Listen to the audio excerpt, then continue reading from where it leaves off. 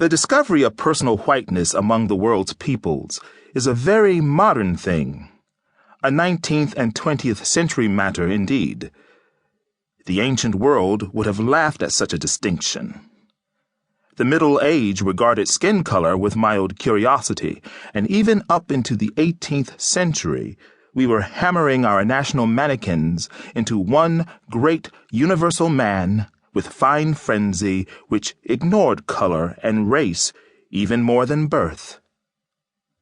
Today we have changed all that, and the world, in a sudden emotional conversion, has discovered that it is white, and by that token, wonderful. This assumption, that of all the hues of God, whiteness alone is inherently and obviously better than brownness or tan, leads to curious acts. Even the sweeter souls of the dominant world, as they discourse with me on weather, weal, and woe, are continually playing above their actual words an obligato of tune and tone, saying, "My poor, unwhite thing, weep not nor rage. I know too well that the curse of God lies heavy on you. Why? That is not for me to say, but be brave.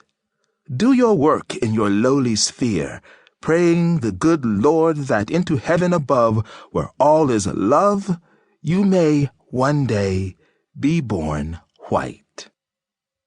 I do not laugh. I am quite straight-faced as I ask soberly, "But what on earth is whiteness that one should so desire it?" Then always, somehow, some way, silently but clearly, I am given to understand that whiteness is the ownership of the earth forever and ever. Amen. Now, what is the effect on a man or a nation when it comes passionately to believe such an extraordinary dictum as this? That nations are coming to believe it is manifest daily. Wave on wave, each with increasing virulence, is dashing this new religion of whiteness on the shores of our time. Its first effects are funny. The strut of the Southerner, the arrogance of the Englishman amuck, the whoop of the hoodlum who vicariously leads your mob. Next, it appears dampening generous enthusiasm in what we once counted glorious.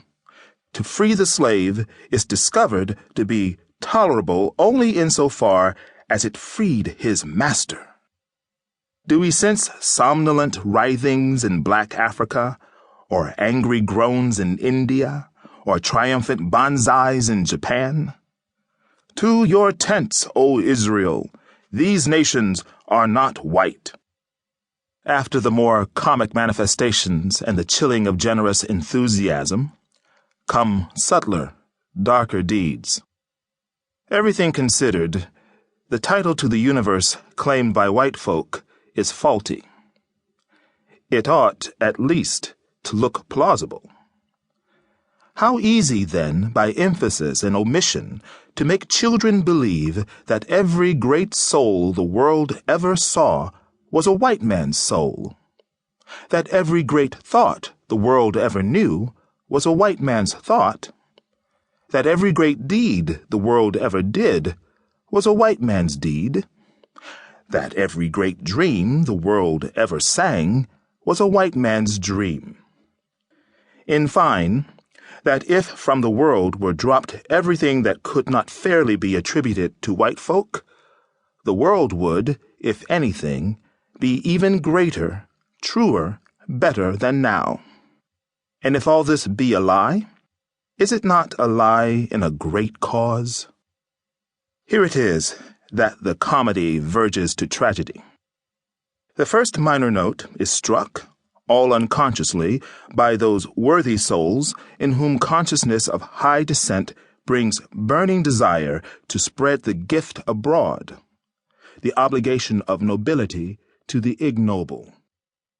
Such sense of duty assumes two things: a real possession of the